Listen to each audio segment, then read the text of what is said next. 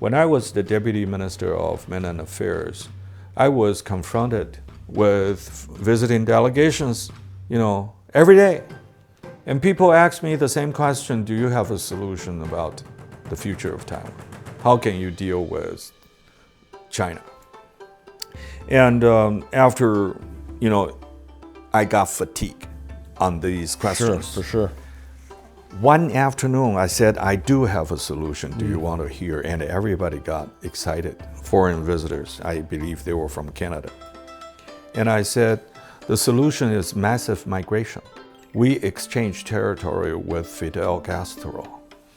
We'll be in the backyard of the United States, and surrounded by all our diplomatic relationship friends, and far away from Chinese missile range, and let Fidel to live in Formosa and dealing with his brother. Formosa. Yeah. I think that should give us courage, exposure to other people's perspectives. Moving us in a good direction.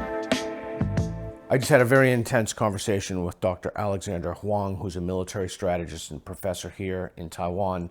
We talked about the United States-Taiwan relationship, Taiwan-China. I hope you enjoy. It's extremely intense. Thank you. Dr. Alexander Huang, thank you for joining me today on Conversations with Peter Boghossian. Sure. Can you tell us a little bit about yourself? I was born and raised in Taiwan. Got my first master's degree here in Taiwan in Strategic Studies. Complete my military service, first with the Marine and then with the Navy for 2 full years before I moved to Washington, D.C. In the next 15 years, I was there as, again, grad students and also a Foreign Service officer for Taiwan. And then I moved on to my academic life, joining both Brookings Institution and the Center for Strategic and International Studies. Also taught at the University of Maryland at College Park. I returned to Taiwan in the year 2000 to be a full-time college professor and made a short detour to serve in the government as the Deputy Minister for Mainland China Affairs. And may I ask, what is that on your lapel of a? This is the F-16 Viper, the most advanced fighter jet we have in Taiwan. Wow. Okay. Well, I can see you're just the person with whom I should be speaking. What are the main two political parties here in Taiwan, and how do they differ? I can give you several dozen answers, but the short one is that the DPP has in its charter with a future objective to create an independent republic outside of China. Okay. The KMT believe that this is a something that will kill Taiwan's democracy. So KMT see the political differences across the Taiwan Strait as a long game. And the KMT would accept ambiguity. But DPP love clarity. Okay. That's the main differences. What are the main issues the world needs to know about the China-Taiwan issue in 1 minute? Well, Taiwan, full name with Republic of China, was created in 1911. And the People's Republic of China on mainland was born in 1949. After being defeated in the Civil War, the Republic of China moved to Taiwan and started this so-called cross-strait relationship over 70 years. We still maintain sharp political differences and also military tension.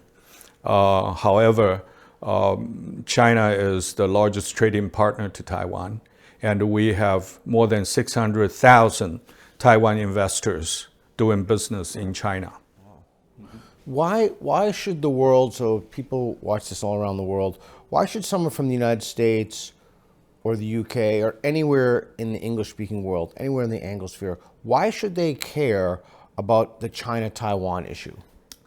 At least two accounts. The first one is that Taiwan is strategically located at the center point of the first island chain in Western Pacific. Taiwan is in between of Shanghai and Hong Kong. Economically, Taiwan is in the middle between Okinawa and the Philippines, strategically. So by strategic or geopolitical standpoint, Taiwan cannot be lost, or otherwise there will be a blank or a door that open that China can sail directly into the deep blue water. Well, and when you say cannot be lost, you mean lost? Lost by the West, the liberal democracies. And that would mean Chinese taking it over. Right. And also, economically or trade, Taiwan Straits, the water surrounding Taiwan accounts for almost 40% of the global maritime trade, shipping lane. And also Taiwan holds almost 90% of the most advanced semiconductor production center. That's why 20 years ago, people started to say that Taiwan has a silicon shield to defend itself. However, right now, China has its power projection capability that can project their forces way beyond Taiwan. So this is a new situation that we all need to face. China claimed that they will take Taiwan back if necessary by force. Right. And with that claim unchanged in the past 70 plus years, the current leader, Xi Jinping, swear that he will advance and expedite that process if necessary. Wow. That's why. Wow. Okay. So depending on who gets elected as the next U.S. president, and right now it's looking like Trump or Biden. I don't know that, but that's probably who it will be. Right. Who do you think would be better for Taiwan, Trump or Biden? And what advice would you give? Would you give them the same advice? Would you give them different advice? If the president of the United States called you up on the phone and said, what advice should we, I'm seeking your advice, Alexander, what should we do with regard to Taiwan? What would you say? I would say, sir, let's work together as quietly as possible in order not to poke the bear across the Taiwan Strait, but let's build this substantial security collaboration as much as we can. Please put Taiwan in your strategic map, and so we can have a common operational picture. You know what's going on nearby, and we know where you are.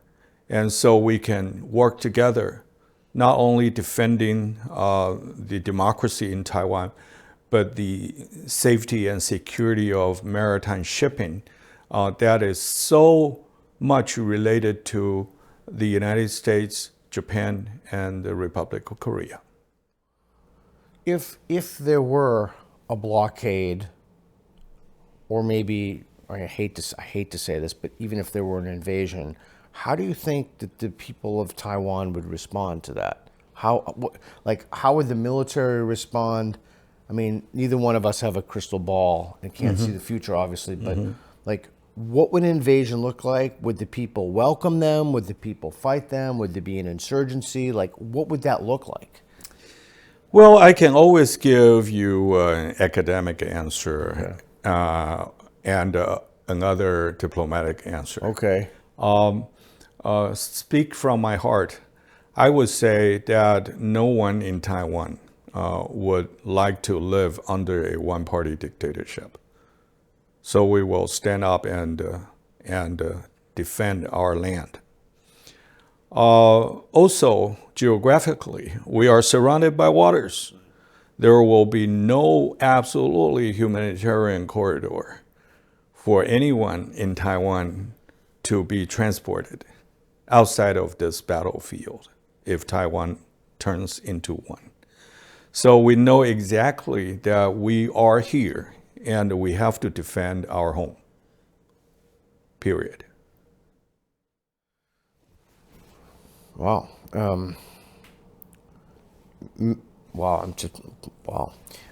Many countries around the world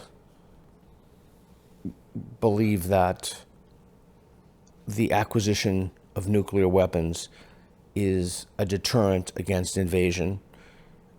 In Ukraine, it was the Budapest Accords where the Ukrainians gave up their nuclear weapons for territorial sovereignty guarantees. Mm-hmm. Rogue regimes like North Korea and Iran are seeking nuclear technologies to deter, especially the United States, but other foreign actors as well. Should Taiwan have nuclear ambitions? We had back in 1960s and 1970s, but it was discovered by the United States government, and we were forced to give up our nuclear program. And ever since, we have not have the education, the personnel, the talents that are being educated and necessary to build our own nuclear program. I do not believe that the great powers, neither the United States nor Beijing, would allow Taiwan to have a possession. Even the United States, you don't think? Even the United States. Why wouldn't the United States want Taiwan to have nuclear weapons?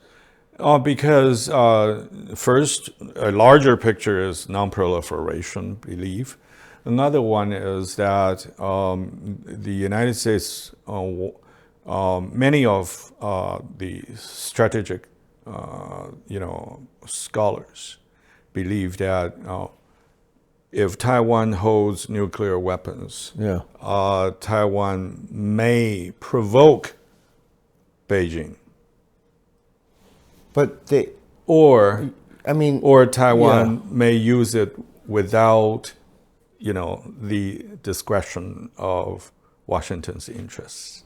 But who cares if they provoke China if they have nuclear weapons? What are they going to provoke them to do? Well, first of all, in our accumulated experience in dealing with, fighting with, or talking to our counterparts on the other side, we have certain belief that Beijing will not use nuclear weapons against people in Taiwan. God, even thinking about that is so utterly horrific. Right. Because, number one, because the close vicinity, any nuclear explosion will probably, have a direct and immediate impact on the coastal provinces of China, because we are only 70 nautical miles away. And number two, as China began to believe that their conventional forces can overwhelm Taiwan, or even without using the approach of direct invasion, if they can interdict the energy shipping from the Middle East to Taiwan, they can break Taiwan's bones. The bones means energy supply, electricity. So they have so many items in their toolbox before they even think of a nuclear exchange. So a nuclear probability would be a game between the United States and China over Taiwan. Right. It's not used against Taiwan, but as a threat, just like Vladimir Putin had done, to the European countries and suggesting that he might use even tactical nuclear weapons in Ukraine. Do you think it would be morally justifiable, or maybe it's not a moral question? It's no, a question because of real for politics? China's interests, China had always said that Taiwan has been historically a sacred land of China and should, reunify with the mainland. But strategically, they need Taiwan because if they occupy Taiwan, they can probably have the best nuclear submarine base on the east coast of Taiwan, can dive directly from the whole of mountain into the deep Pacific without being detected by the United States and Japan. So Taiwan is a strategic asset that China needs so desperately for security reason, maritime defense, and in the long game with the United States. So again, neither one of us have a crystal ball. We can't predict with much accuracy, I would imagine, the future. But if you were going to guess what 2024 would look like, 2025, the next 2 years, 18 months, do you see the situation escalating? Do you see a blockade? Like, what do you see happening? Well, I do war game for almost 30 years. I have my own gaming institution in Taiwan for more than 9.5 years. I did a lot of game on those. Basically, we believe that because the People's Republic of China and the United States are both nuclear powers, they are trying to maintain a balance without going, or what we call escalation control. They don't want to put in any situation, either near Japan or in the South China Sea, that will trigger a nuclear response in tension. So I believe that in the next 2 years, the key, from my heart, the key will be the election result of November 5 in the United States. Before that timeline, Biden continued to show to Beijing that he wants to make phone calls, he wants to have summits, he wants to, to work with Beijing to control to manage the possible conflict, So when we have the election turnout, I think both Beijing, Taiwan, and including Tokyo and Seoul, and a lot of people will not make nobody can see the crystal ball. Sure. But no one wanted to have a concrete assessment before we know who will be the next president. Who would be better for Taiwan, Trump or Biden? It's hard to say, depending on the policy. The safety and the benefit of Taiwan, or welfare of Taiwan, depends on the U.S.-China game. I do different scenarios. If we have a poke the bear U.S. president and try to antagonize Beijing all the time, like Trump, then we will have problems. Because China will not punish the United States, but they will do a lot of bad things to Taiwan, So we get hurt. But another approach, if we have a cut a deal president in Washington, like Trump, and say, guys, Taiwan, let's talk about big guys conversation, forget about Taiwan, and make a deal without the consent of Taiwan people, we got hurt even more. So for Taiwan, this coming month are so crucial for our immediate future. Okay, let me ask you a question. So I've always wondered this. So you have thought about war games, you studied war games. So I have two questions for you. My first question is, why wouldn't the Iranians, for example, or the Taiwanese or Taiwan, this whole idea that nuclear weapons have to be launched, to me, is crazy. Why wouldn't they just smuggle in nuclear weapons And if the United States does something, I mean, they could easily do it to the Mexican border. The whole thing is open.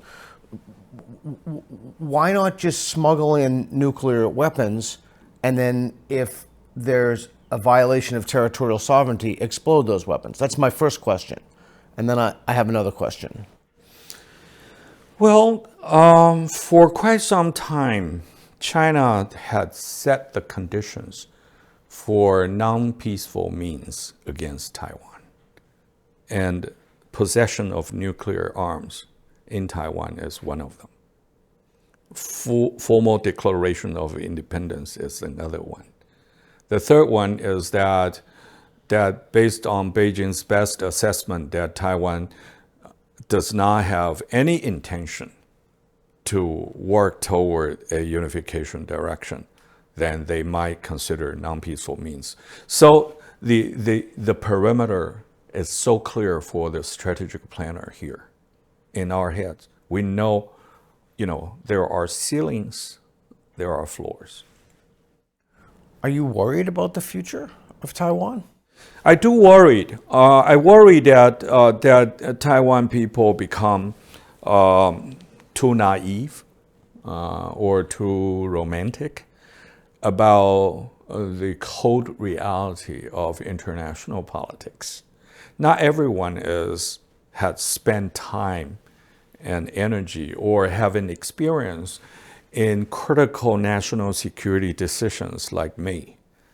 So we need to better inform our people and saying that, even the world wanted to support Taiwan, there could be a fatigue after 2 years. Okay? Like you see in Ukraine, for example. Yeah. So when people came to me and say, guys, what did you learn from the Russian invasion of Ukraine? A lot of people would expect me to say that, we need to train our territorial defense force. We need to store more ammos in our possession. We need to reinvent our mobilization system. Right. But my first answer was that the first lesson we learned is that there will be no American boots on ground. Nobody will come. And the world will even have problems to ship ammunitions to Taiwan once the war starts. Because we are surrounded by waters. So you correct me if I'm wrong, but then wouldn't it make sense to just buy massive amounts of ammunition now in preparation?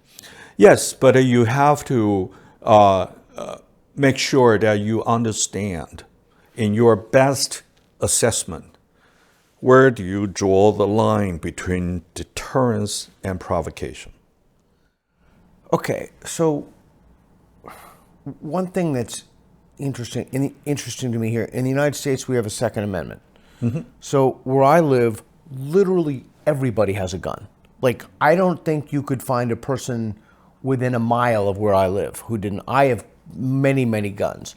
But the people here don't have any guns. And I'm not even sure they know how to shoot, although there is conscription, mandatory military service here, correct? We discussed this, debate this. I do not believe that in the coming 5-10 years that any politician who wanted to run for a national level office would even take that as part of its platform. Because people would reject it. Right. And we even joked that if you let everybody bear arms and store their pistols or rifles at home, the first shooting would not be against the PLA from China. The first shooting will occur in homeowner association. Yeah, because you hate your neighbors. Even more than, somebody that you have never known. Is that a price worth paying to stave off tyranny? Well, that needs a lot of, convincing efforts. It's a huge social engineering and legal reinvention. Or otherwise, this society, as I said, would not have any appetite to accept that we have guns in every household. Okay, so I'm trying to think through this myself. And the key is not whether you have ammunitions in the basement and you have enough rifles to defend your house. Is Taiwan's vulnerability for electricity, gas, and Wi-Fi, communications. They can cut the citizen cables. soldiers is a good idea, but it has to be organized. Once you have, massive guns in households, then the number one group come out to object that idea will be the national police force. Sure. Okay, and the Joint Chiefs will say, anybody can tell me the chain of command when there is a situation. Who are the soldiers? Who are the active duty, soldiers? Who are citizen soldiers? So that to me translates as the perceived threat of an invasion of Taiwan is not worth the consequences of arming the citizenry who will likely kill themselves. Well, this is something that probably in Taiwan that no one wanted to have a national debate. What? Because it's too vicious, and people do not expect, at the end of the debate, there could be a decision made. People are not psychologically ready for those. As I said, we need a massive education and convincing efforts before we even think of those. Oh, okay, so two things. So for sure, there's no question gas, electricity, internet, etc. Are priorities. There must be a conversation about how many people are we willing to let, how many Taiwanese people are we willing to let get murdered by other Taiwanese people to have some kind of a deterrent for China? Because at some point the Chinese need boots on the ground, right? Yeah. Even there are different scenarios, right?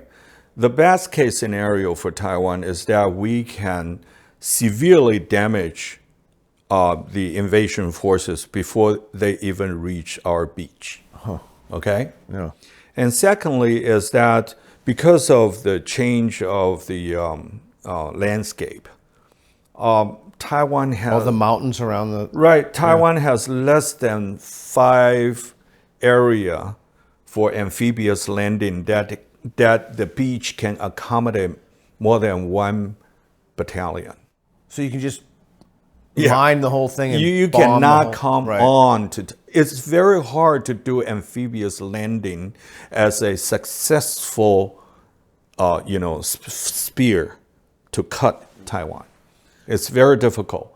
So basically, and don't forget, other than the 170,000 active duty fighting forces, Army, Navy, Air Force, Marines, nothing. We have also have more than 700,000 reserves. And those, okay, so China has the largest land army. Right. One of the things that I think we've seen in the advent of asymmetrical warfare is that larger, bulkier ships, aircraft carriers, etc., have problems against, specifically their economic concerns, against drone warfare, with drone warfare. And easy, cheap, United States produces switchblades, which are just, the first time I saw it, I simply could not believe how effective they were. I was just flabbergasted by that. So do you see something playing out in which these inexpensive, fairly effective, if not in some cases very effective technologies will, overcome this idea of the aircraft carrier, or will Taiwan shift to a more asymmetrical, smaller, technological-based warfare to stave off a larger enemy? That's the basic logic. I think our senior commanders and civilian national security, senior officers, we all have a common, shared vision about this asymmetry. Taiwan cannot fight, head to head, feast to feast. So asymmetric is a definitely and largely agreed, approach. And then the next step is to determine where to go. You got to have priorities. And unmanned aerial vehicle is definitely a top priority for us. Again, when we think of those, the key is not, it's easy for Taiwan to produce UAVs. Right. But the key is command control. Okay? Command control is based on communication satellite. We don't have satellite that controlled by ourselves. Oh, they're controlled by the U.S.?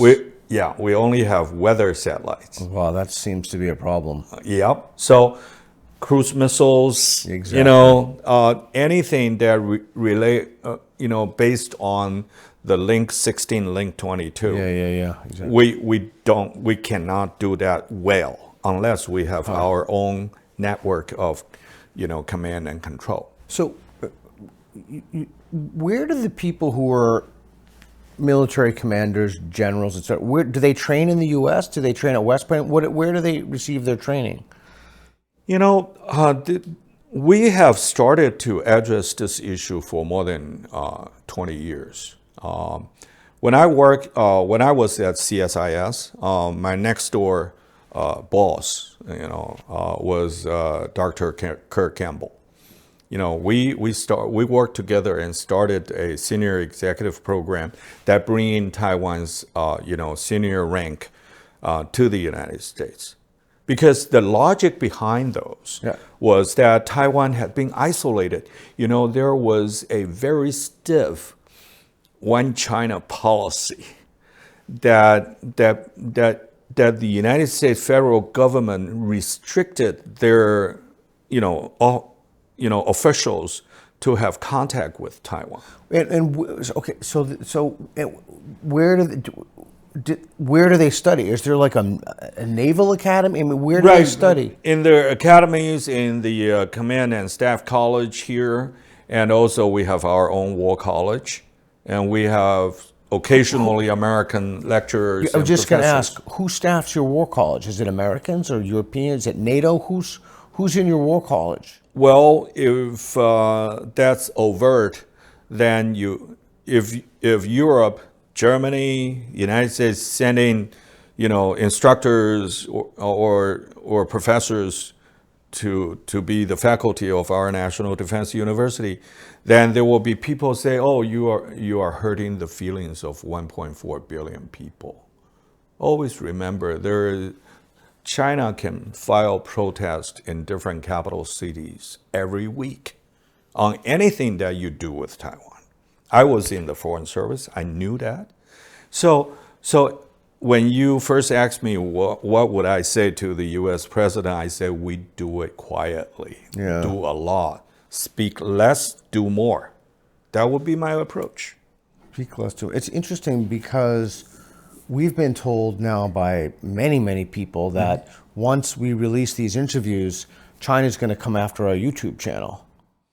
Well, it's highly possible. And plus, going after me.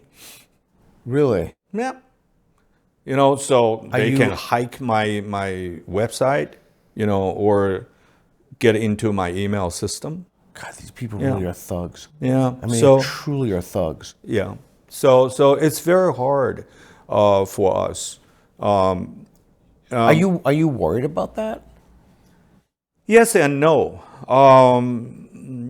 Yes, because China in recent years, especially since the second term of Xi Jinping, China had turned inward so much. And when he built a new Great Wall that prohibiting foreigners, giving less visas, allow less foreign students to get into China. We understand less about the decision-making process. We will become more and more stupid when we do China analysis. And that will affect the quality of decisions. Right. Yeah, that's very dangerous. I worry about those. But I'm not worried that Taiwan will be just break like that. I mean, are you worried for yourself that in the United States we call them extraordinary renditions? We just basically you'll be kidnapped by these people. Are you worried that they'll go after your bank accounts? Are you worried that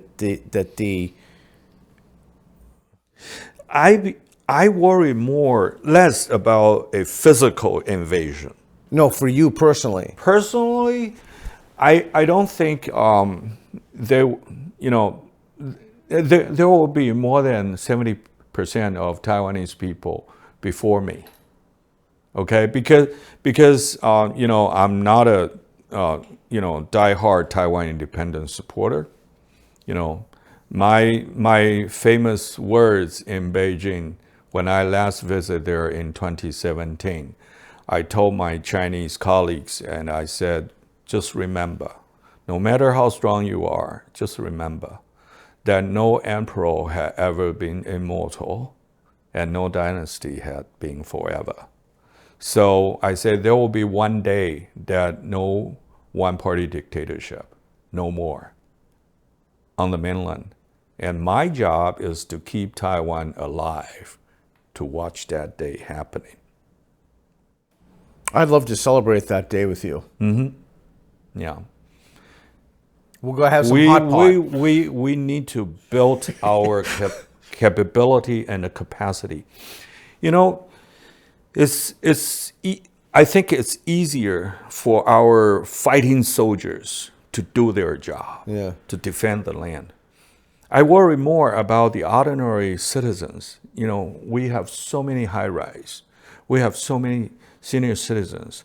If we cannot have enough beds in ERs, if people are not psychologically ready for massive casualties, if people don't know how to save neighbor's life after a bombing, then the social resilience, the low level of social resilience will hurt our actual military deterrence capability.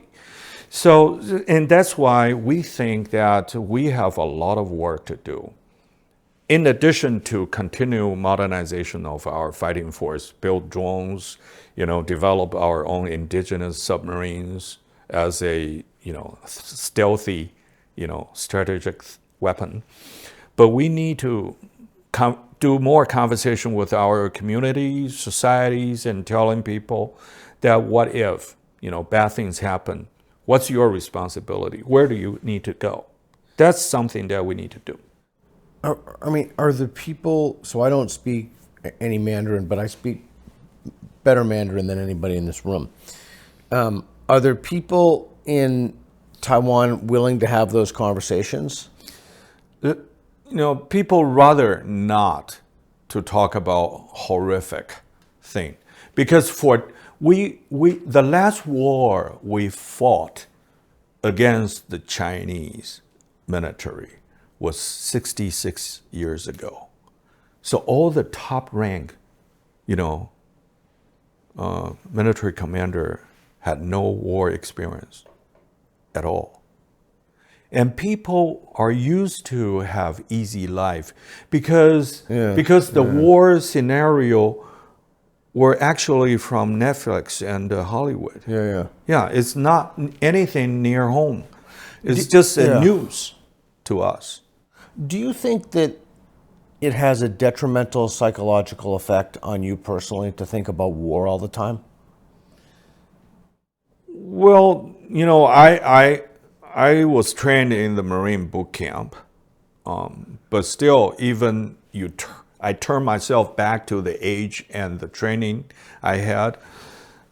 It's hard, even military training, to pass the test of Marine itself is already very hard. And think about that blood that, splash on your face from your, colleagues next to you. It's something that we had not had any idea, not to talk about the current young generation. I'm a college professor, there are my clients, 18 years old. They say, sir, can we just send a message to the other side and say, leave us alone? We won't do anything stupid. If only. Yeah, but, just forget, just don't do it. But they are not psychologically ready and say, now we are a fighting nation and everyone knows how to, do, face-to-face combat. They are not interested. They are interested in playing video games so they can be alive tomorrow if they lose the game here.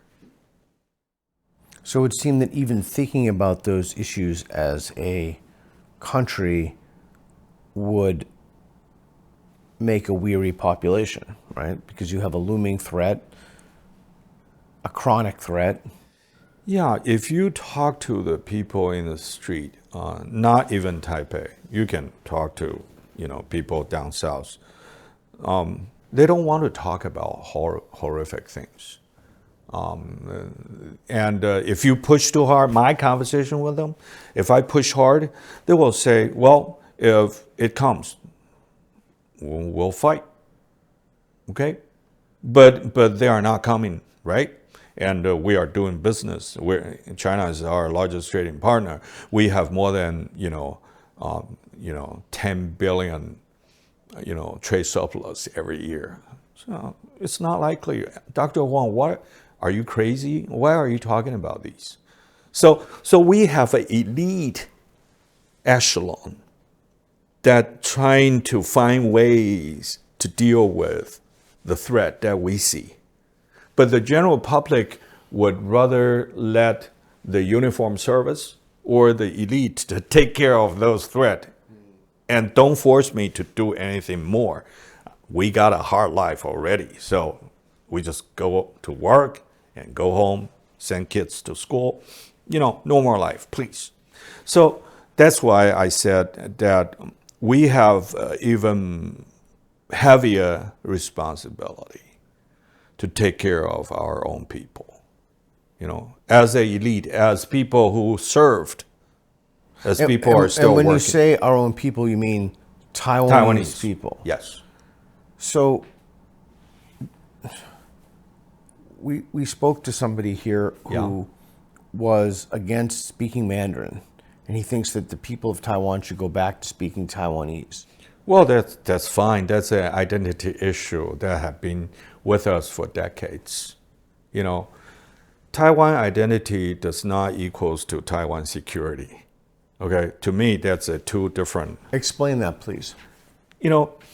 People would believe that if we built a stronger, more unique Taiwan identity, then the majority of Taiwanese people will gradually transformed and believe that we got nothing to do with the other side and built in the social fabric for a formal de jure independence in the distant future.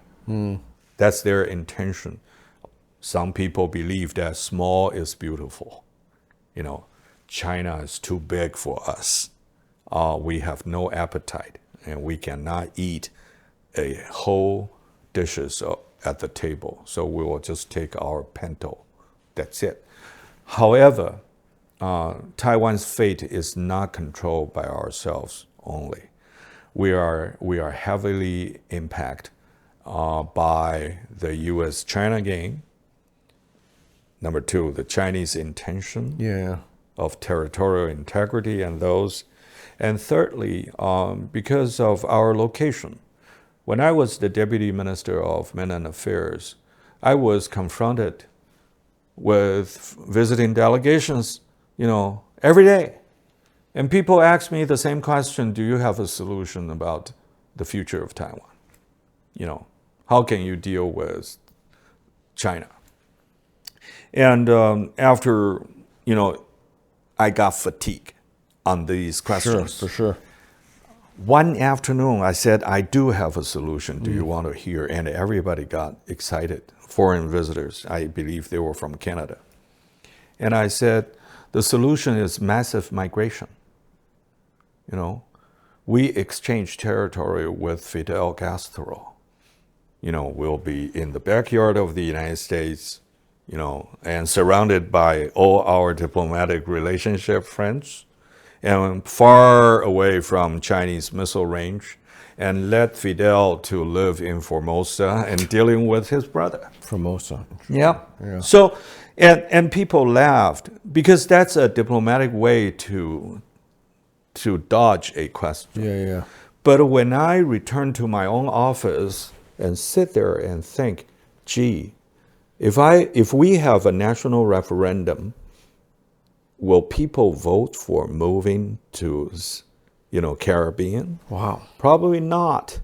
People will say the tombs of our ancestors are here, and the flight was so cheap to do business in China. We are not going with you, Dr. Huang. So that's the reality. Are you optimistic about the future of China-Taiwan? Are you pessimistic? Are you neither? I'm more pessimistic since about 10 years ago. You think it's just a matter of time? I think time will come. I'm a Baptist, okay? And I think, there are things that beyond, human control. What we do will become the history in the future. Well, we cannot predict and we cannot pretend, but we need to do what we need to do today, okay? For a person like me that have been in the national security community for so long, I got no excuse. I need to continue to think, to game, to simulate, to find ways to defend my home. This is it. The history, China cannot control the future. Me either. But I'll make sure there are no bullets coming over. That's why we have always had debate whether to talk about deterrence, defense, and build up only, or we also need another leg, which is communication lines that we can, give assurances to the level to dissuade their intention to do things. So we have this kind of debate among the learned society or national security community. We hope that we can continue to inform our citizens that there is no cheap defense on one hand, but on the other hand, democracy has a price to pay for it. Yeah. Well, Dr. Huang, this has been a fascinating conversation. I want to thank you so much for joining me. I completely and unreservedly support Taiwanese democracy, and I wish you and the people here nothing but the best in the future. Yeah, we'll survive. We'll survive. I'm counting on it. Thank you. Thank you. Thanks for watching. Be sure to subscribe and hit the notification bell. This falls under the umbrella of my nonprofit, National Progress Alliance. Your generous donations keep us going and help fuel content like this. We truly appreciate your support. Thanks again, and we'll see you in the next one.